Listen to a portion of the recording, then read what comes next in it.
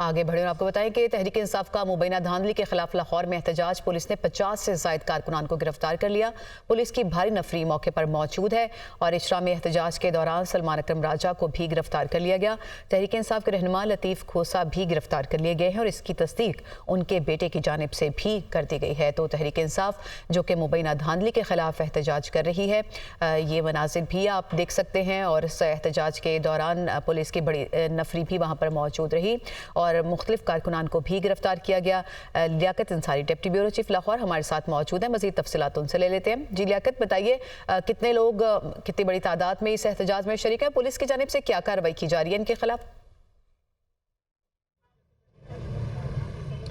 आज बिल्कुल आज आम इंतखाबात में मुबैना धांधली के खिलाफ PTI ने 2 बजे एहतजाज की कॉल दी थी और जो मरकजी एहतजाज का मुकाम था वो GPO चौक मार रोड था। यहाँ पर लाहौर के मुख्तलिफ इलाकों से आने वाले काफ़िलों ने भी आना था और लाहौर के साथ साथ कसूर, ननकाना साहब और शेखुपुरा से भी काफ़िले पहुँच रहे थे। 3 बजे के करीब पहली रैली आई तो पुलिस के अहलकारों ने उनमें जितने भी कारकुन थे उनको गिरफ्तार कर लिया और उसके बाद जो है इचरा में एक रैली की क़यादत करते हुए जो है NA 128 से PTI के उम्मीदवार सलमान अकरम राजा को गिरफ्तार किया गया। सदर कैंट गोल चक्कर से जो है PTI के MN जो है सरदार लतीफ खोसा को गिरफ्तार किया गया। इस हवाले से बलक शेर खोसा जो उनके साहबजादे हैं उन्होंने उनकी गिरफ्तारी की तस्दीक की है। इसके साथ साथ जो है 2 अरकान सूबाई असम्बली जिनमें हाफिज फरत अब्बास को GPO चौक से गिरफ्तार किया गया है, जबकि MPA हारून अकबर को जो है इचरा के करीब से गिरफ्तार किया गया है। 60 के करीब PTI के कारकुन जो है वो GPO चौक से गिरफ्तार किए गए हैं। तो ननकाना साहब, कसूर, शेखपुरा से जो भी कारकुन जो है मार रोड की तरफ आते हैं GPO चौक की तरफ, पुलिस की एक बड़ी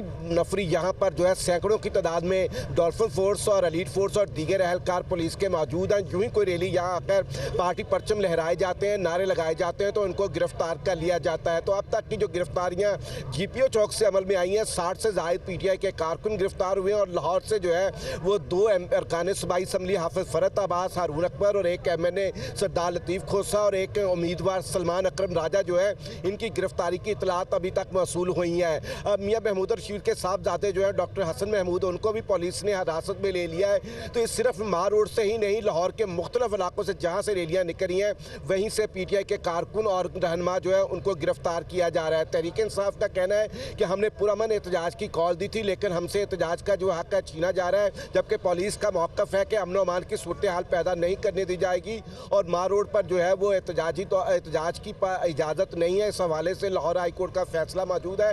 बहरहाल PTI के कारकुन जो है वो अभी तक एहतजाज के लिए मुख्तलिफ इलाकों से मार रोड की तरफ रुख कर रहे हैं। जैसे ही कोई रैली या एक टोली कोई पहुंचती है, थोड़े कारकुन पहुंचते हैं, पुलिस उनको गिरफ्तार करके जो वैन है, प्रिजन वैन, उनमें मुंतकिल डालकर जो है मुख्तलिफ थानों में मुंतकिल किया जा रहा है। सही। लियाकत, ये भी बताइएगा कि इनका प्लान कब तक एहतजाज करने का था और दूसरी बात ये कि अब चूंकि गिरफ्तारियां हो रही हैं तो इसके खिलाफ इनकी क्या स्ट्रैटेजी होगी अगर आपकी बात हुई हो PTI वालों से? तो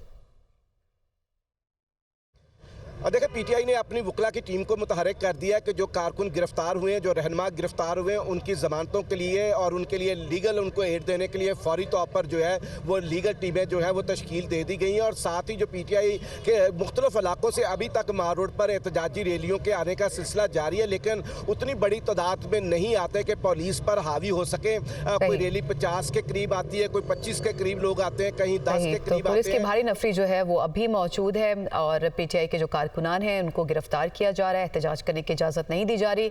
लियाकत अंसारी, आप हमें तमाम तर तफसीलात बता रहे थे, आपका बहुत शुक्रिया।